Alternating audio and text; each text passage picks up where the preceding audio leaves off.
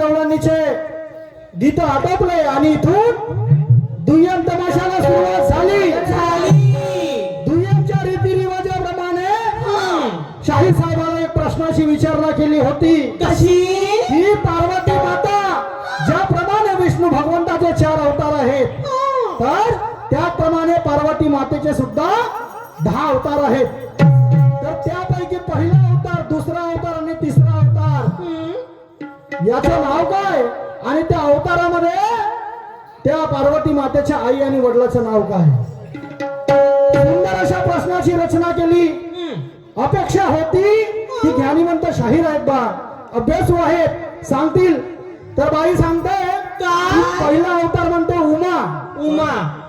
दुसरा म्हणते गौरी आणि तिसरा म्हणते सती. सती.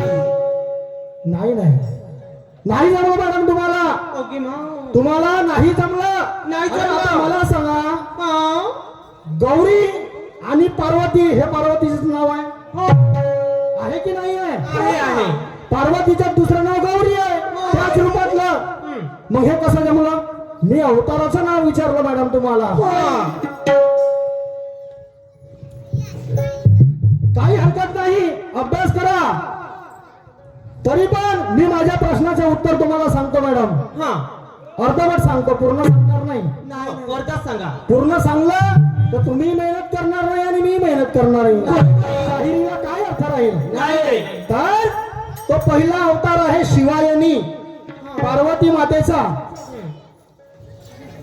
शिवायनी अवतार आहे आणि तिच्या वडिलाचं नाव आहे पुरंदर राजा आणि आईचं नाव आहे जन्मजया. दुसरा अवतार जर ऐकायचा असेल, दुसरा अवतार ऐकून घ्या मॅडम. घ्या. मी माझ्या प्रश्नाचे उत्तर स्वतः देतो. काही नाही. तर दुसऱ्या अवताराचं नाव आहे ब्रह्मानी आणि तिच्या वडिलाचं नाव आहे वेदाक्ष राजा आणि पुरंदर माता. हे माझ्या प्रश्नाचे उत्तर. 2 अवतार सांगितले, दिवसभराची वेळ आहे. तिसरा अवतार अभ्यास करा आणखी सखोल. तिसऱ्या अवताराचं नाव सांगा, ही अपेक्षा आहे. चला, काही हरकत नाही.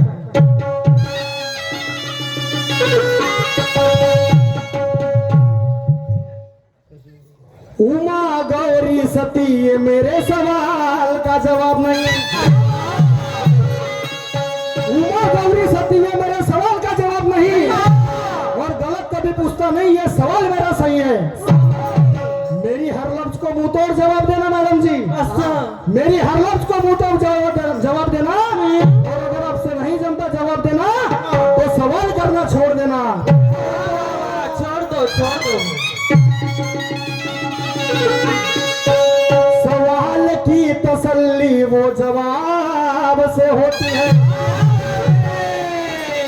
सवाल की तसल्ली वो जवाब से होती है और नींद में ये तन की तसल्ली बुरे ख्वाब से होती है. सवाल पूछने से पहले 1000 बार सोचना जरूरी होता है. सवाल पूछने के पहले 1000 बार सोचना जरूरी होता है. सोचने के बाद सवाल पूछना जरूरी होता है. और मैंने आपने पूछा था आपको सवाल, आपने जवाब क्या दिए और मेरे सवाल को पतंग की तरह हवा में उड़ा दिए. खुदा की अदालत में कभी गवाह नहीं लगती. खुदा की अदालत में कभी गवाह नहीं लगती और ढोंगी साधुओं की कभी किसी को दुआ नहीं लगती. जिन्हें होशक और दिल की बीमारी, जिन्हें होशक और दिल की बीमारी, उसे दुनिया के डॉक्टर की दवा नहीं लगती और ज्ञान के सामने अज्ञान को कभी हवा नहीं लगती. म्हणून आता ऐका माझं दुय्यमी गाणं काय म्हणते.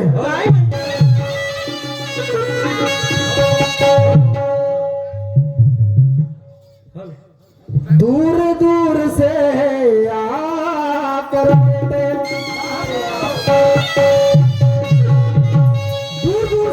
बैठे मेरे बहन भाई सभी तमाम है. दूर दूर से आकर बैठे मेरे बहन भाई सभी तमाम है. आप सभी के चरणों में शाहिर कुणाल का प्रणाम है। आपने बुलाया और हम चले आए, मगर ना देंगे किसी को गाली।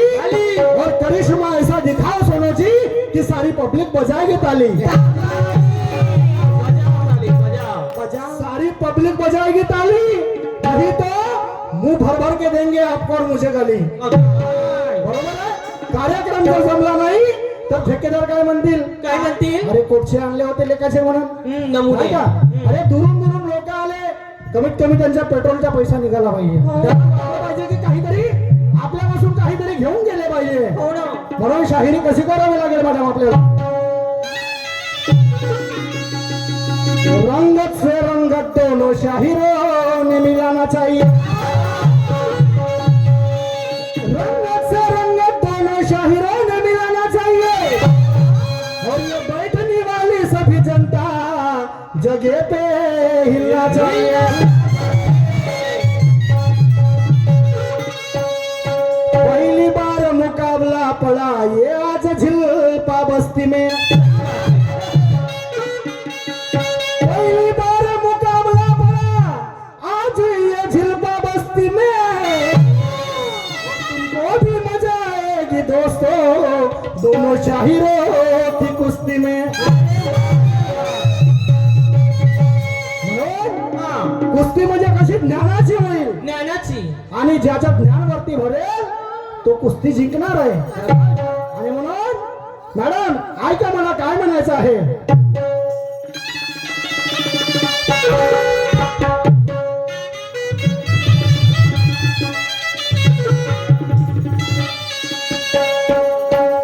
हो पहली दफायो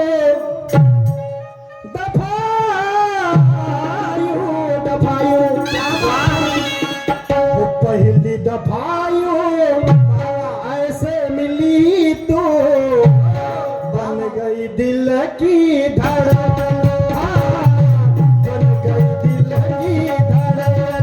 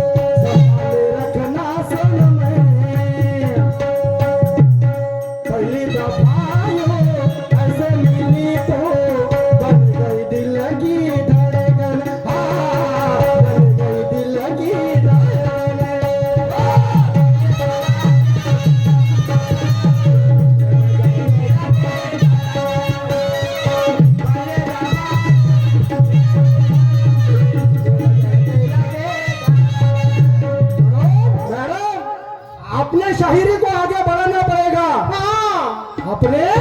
अपने शायरी को आगे बढ़ाना पड़ेगा यार। कुछ ना कुछ तो दिमाग लड़ाना पड़ेगा। यहाँ से उठकर जाने वालों को रुकाना पड़ेगा। यहाँ से उठकर जाने वालों को रुकाना पड़ेगा। और ये महफिल का कर्जा हमें चुकाना पड़ेगा। चुकाना पड़ेगा। आणि म्हणून काय म्हणतो? महफिल का साथ है, अरे वाह, वो डीएम की बात है। महफिल का साथ है, डीएम की बात है। दफ्तर खोलो जी अपना, दफ्तर खोलो जी अपना।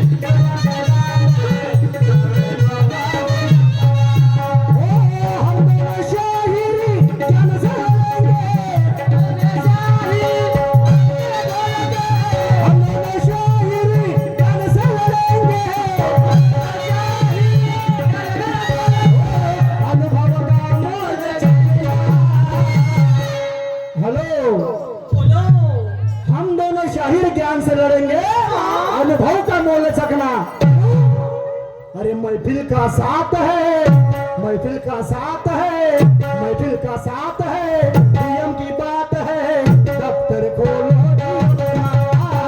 दफ्तर खोलो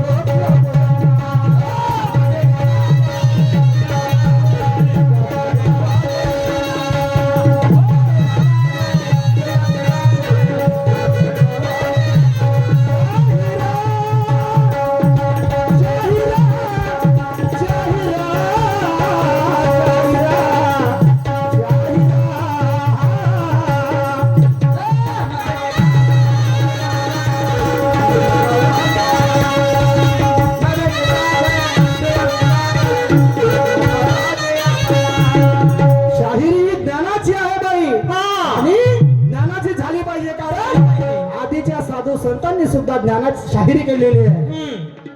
ती म्हणजे कशी की विठ्ठल बोला विठ्ठल बोला विठ्ठल बोला विठ्ठल बोला बोला. या औट हाताच्या पंढरीला चला अरे तिथे फुटतो दह्याचा कला आणि ज्याचे दैवत त्याला मिळाला संताची गोष्ट खरी आणि तमाशा झाला पंढरपुरी. वा साधू संतांची शाहिरी आहे बाई कारण सखू मुक्ता जराबाई नाचत दिसली मीराबाई संताच्या मेळात घुसली मीराची आई म्हणे दगडी झाली आणि संत सगळे हे फुगड्या घाली म्हणे रामकृष्ण हरी तमाशा झाला पंढरपुरी. म्हणून ज्ञानाची शाहिरी आहे आणि ज्ञानाने व्हायला पाहिजे म्हणून काय म्हणतो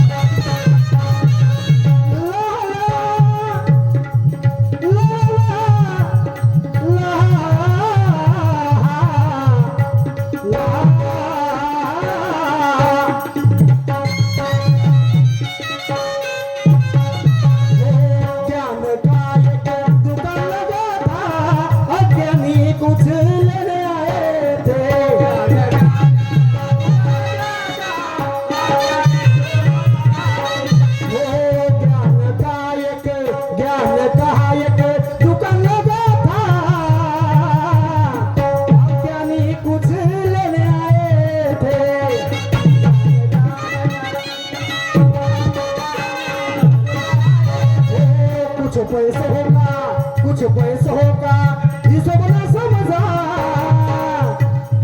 वो वही जगह पे मारे गए थे.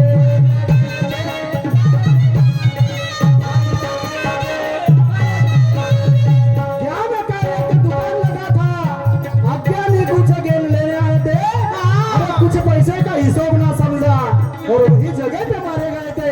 वाह अरे ज्ञानाचं दुकान भरलं त्या दुकानामध्ये एक अज्ञानी घेण्यासाठी गेला पण त्याला पैशाचा हिशोबच समजला नाही. अरे अरे अरे कारण 4 6 18ची गिनती करा आणि शेवटचा अंक सांगा शाहिरा. सही बात साधू संतांची शाहिरी आहे ज्ञानाची शाहिरी आहे म्हणून या ज्ञानाच्या सागरामध्ये आपल्याला तरुण जायचं आहे बाई. हो ना ज्ञानाचं दुकान भरला हो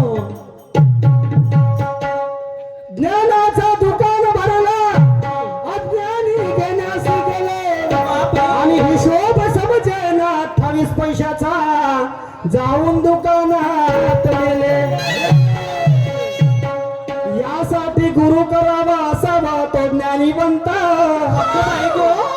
यासाठी गुरु करावा असावा तो ज्ञानीवंत असे सांगून गेले ऋषी मुनी साधू आणि संत. दत्तात्रयाने 24 गुरु केले लागला ना ज्ञानाचा अंत.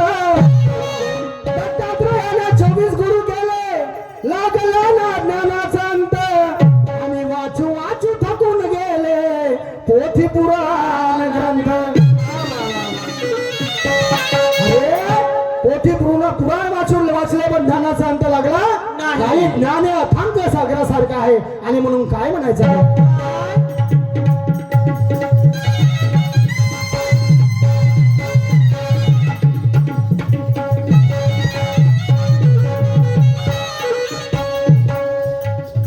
हो ज्ञान कहायक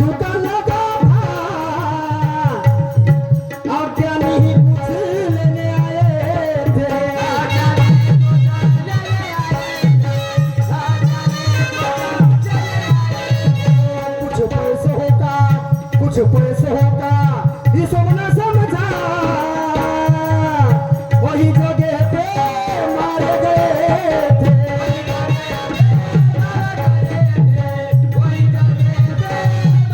म्हणून संत सांगतात की मूर्ख बैसला कीर्तनी मूर्ख बैसला कीर्तनी आणि नागले त्याला अर्थाची करणी म्हणून कुछ पैसों का हिसाब न समझा कुछ पैसों का हिसाब न समझा कुछ पैसों का हिसाब न समझा कुछ पैसों का हिसाब न समझा ओ कुछ पैसों का हिसाब न समझा कुछ पैसों का हिसाब न समझा देखने लगे सपना महफिल का साथ है प्रियम की बात है दफ्तर बोलो जी अपना दफ्तर बोलो जी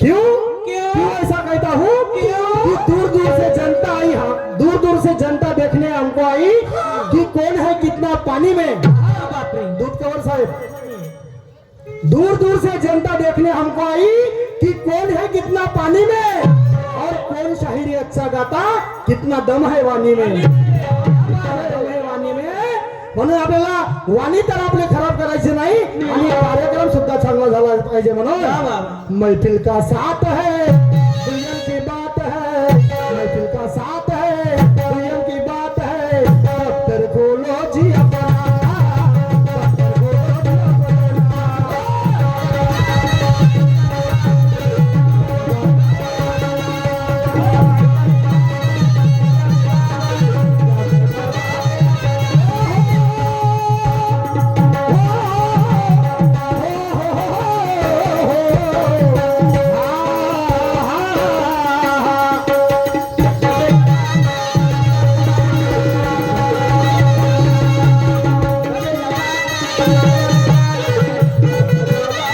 शाहिरी हे समाज प्रबोधनाचं माध्यम आहे आणि शाहिरीतून समाज प्रबोधन व्हायला पाहिजे त्याला म्हणतात शाहिरी कसं जमान्याचं एक वेगळंच उदाहरण पाहायला दिसते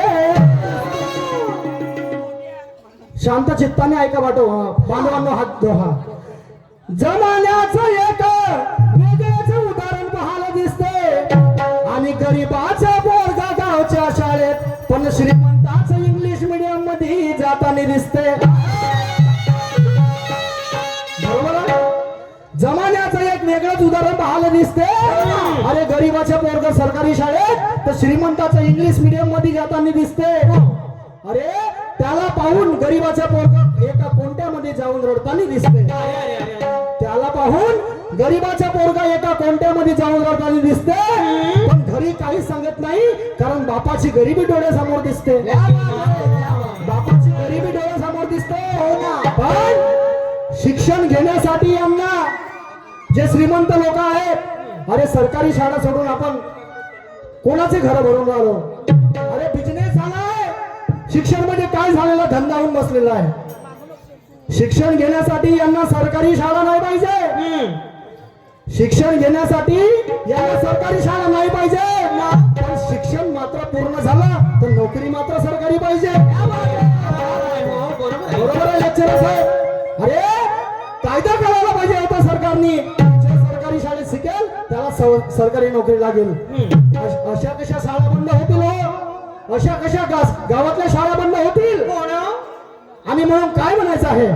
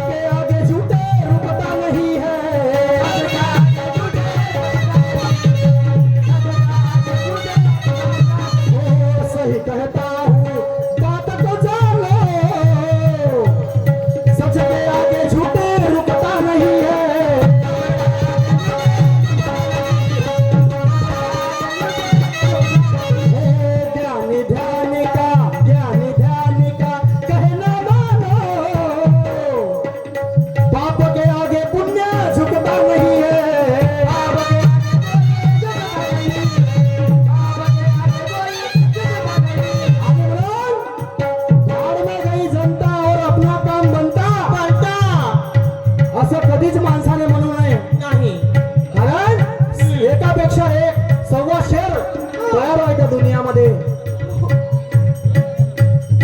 हो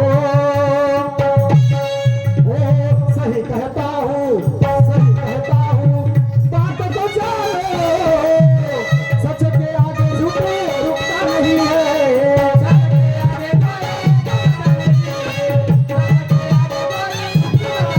हो ज्ञानी ध्यानी का कहना मानो पाप के आगे पुण्य झुकता नहीं है.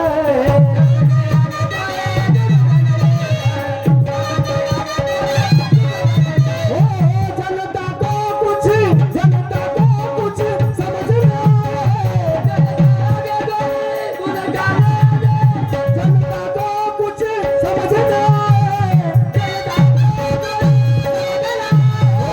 नहीं तो पड़ेगा तपना. ओ सोनू जी, ओय. महफिल का साथ है, महफिल का साथ है, नियम की बात है.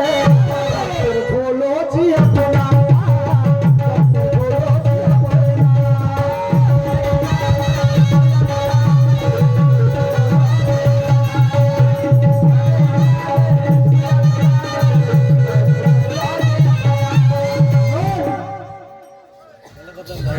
म्हणून मॅडम जी, हा. तुम्ही सुद्धा एक गणामध्ये प्रश्नाची विचारणा केली होती. कशी? तर तो प्रश्न म्हणजे कसा कसा? की असा एक साधू होऊन गेला, हा, कसा? असा एक साधू होऊन गेला की ज्याने स्वतःच्या रक्ताने एक अक्षर लिहिलं. Oh my God. तर तो अक्षर कोणतं, कोणतं? ते साधू कोणता आणि त्या मागील कारण काय. आजी. बरोबर आहे. हा. पण माझं हे म्हणणं आहे की साधू कोणाला म्हणतात. What? ज्याने 6 विकार धुतले नाही त्याला साधू म्हणेल का. नाही नाही नाही. जो काम क्रोध लोभ मोह मद आणि मत्सर याला ज्यापर्यंत माणूस सोडणार नाही तोपर्यंत साधू बनत नाही. म्हणून संत काय सांगतात की साधू म्हणावे कोणासी आणि नित्य भोगे तो परनारीसी. आधीच्या संतांमध्ये आणि आताच्या संतांमध्ये भरपूर फरक आहे. कसा? आधीचे साधू संत काय होते, अरे जसे बोलले तसे चालत होते. म्हणून जैसा बोले तैसा चाले त्याची वंदावी पावले. पावले. तर मॅडम साहेबांनी विचारलं की तो साधू कोणता. हा. तर गोष्ट अशी आहे कशी? की ज्यावेळेस पुणे करार झाला होता आणि त्या करारामध्ये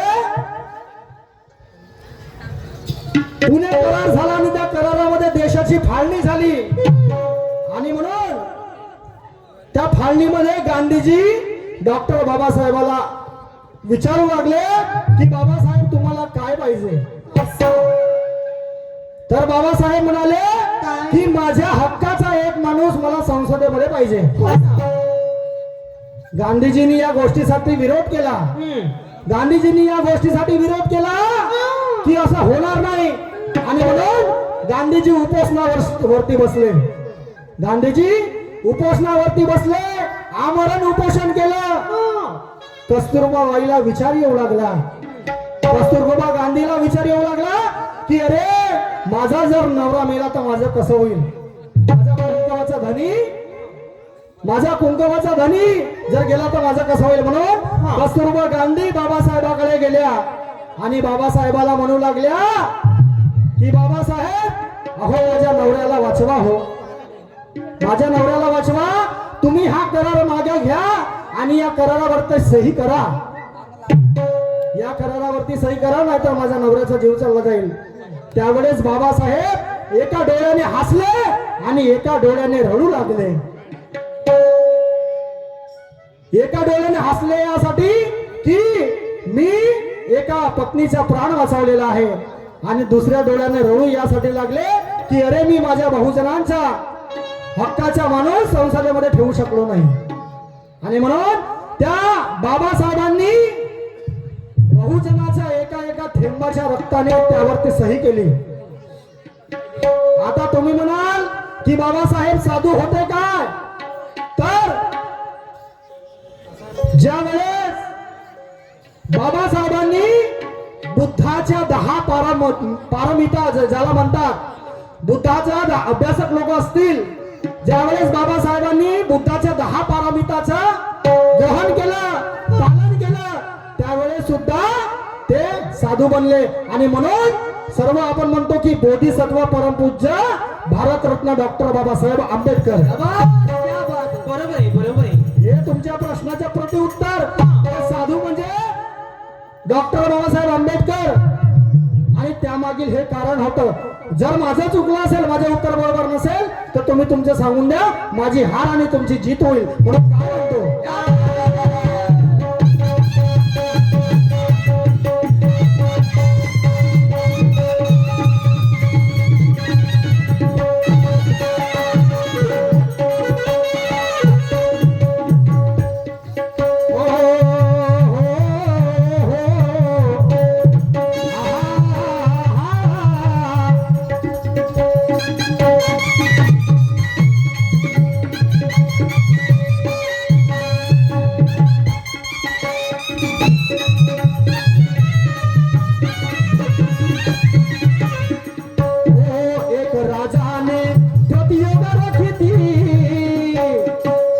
राजाने प्रतियोगिता रखी थी, बकरे का पेट भरने की.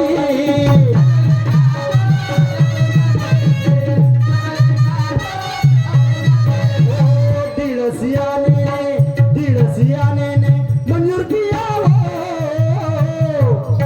बेमौत अपना, वो बेमौत अपने हाथों मरने की.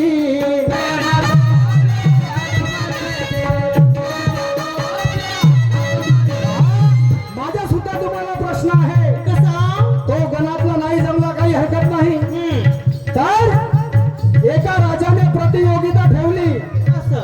एका राजाने प्रतियोगिता ठेवली की माझा नगरामध्ये म्हणजे त्या प्रधानमंत्र्याला पंतप्रधान बोलवलं, एक बकरा आणला आणि पूर्ण आपल्या राजवाड्यामध्ये आजूबाजूच्या लोकांना सूचित करण्यात आलं की ह्या बकऱ्याचा जो परिपूर्ण पोट भरून आणेल दिवसभरामध्ये, या बकऱ्याचा जो दिवसभरामध्ये पोट भरून आणेल, त्याला मी 100 सोन्याच्या मुद्रा देणार.